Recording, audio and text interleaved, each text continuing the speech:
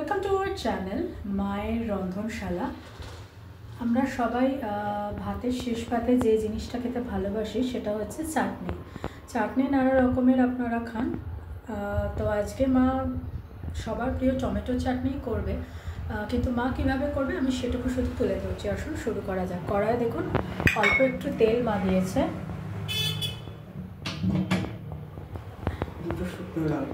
এখানে দিচ্ছি দুটো শুকনো লঙ্কা ফোড়নে, আর মা দিচ্ছে 5 ফোড়ন।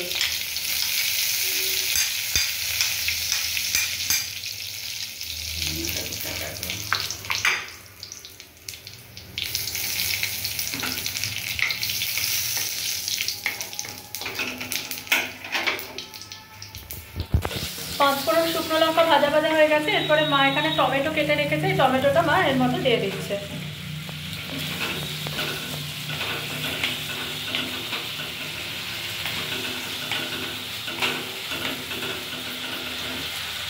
বন্ধ করেছি নাকি? হ্যাঁ না, টমেটোটা দিতে দিতে মা এর মধ্যে কি কি অ্যাড করছো? মা একটু সামান্য হলুদ দেবো। মা একটু হলুদ দিচ্ছে খুব সামান্য করে, আর একটু দেবো নুন, আর অল্প একটু নুন। এবার কি টমেটো সেদ্ধ হতে দেবে? একটু মা লিড দিয়ে দেবে। লিড দেবে তোমার একটুখানি লিড দেবে, একটু পরে ফিরে আসছে। এরপর মা লিডটা ওপেন করে একটু দেখে নেবে। দেখুন টমেটো প্রায় গলে গেছে।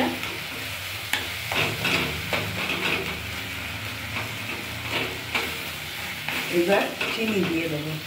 এরপর দেবে চিনি। আচ্ছা, মিষ্টিটা কিন্তু যে যেরকম খান, কেউ যদি কম মিষ্টি খান কম মিষ্টি দেবেন, কেউ বেশি মিষ্টি খেলে বেশি মিষ্টি দেবেন। মা এই পরিমাণে চিনি, মানে টমেটোর পরিমাণ অনুযায়ী চিনি দিয়েছে। চিনি বেশি দেয় না টমেটোর থেকে। আমি একটু চিনি বেশি দিই চাটনিতে।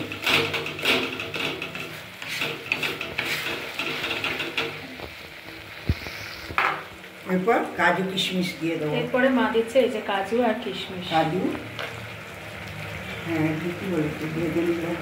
এই কিশমিশ দিয়ে দিলাম, ভুলে গেছি, এখন মনে পড়লো।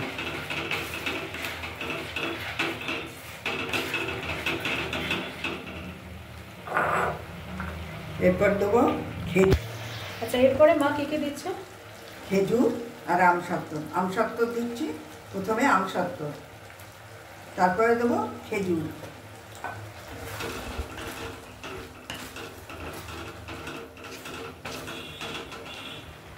এখনও কিন্তু শেষ হয়নি, মা কিন্তু আরও একটা জিনিস দেবে একটু বাদে। সেটা মা এটা খাবারকে লিখ দেবে না নামাবে? এবার নামাবো, একটু বলে যাক, এটা দিয়ে ফেলি। তো দেখুন এই হয়েছে আমাদের চাটনির কালার। মা এরকমভাবে চাটনি করে। তো ভাতের শেষ পাতে খাওয়ার জন্য টমেটো, খেজুর, আমসত্ত্ব দিয়ে একটা দারুণ চাটনি।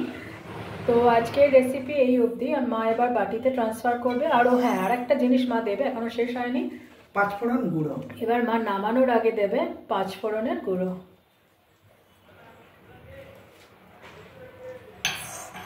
এরকমভাবে একবার চাটনি করে বাড়িতে দেখবেন।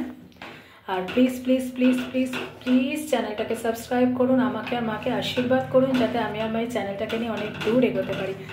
প্লিজ আমাদের পাশে থাকুন, প্লিজ প্লিজ প্লিজ আমাকে আর মাকে আশীর্বাদ করুন। চ্যানেলটাকে সাবস্ক্রাইব করুন আর দেখতে থাকুন মায়ের রন্ধনশালা। মা বাটিতে ট্রান্সফার করছে।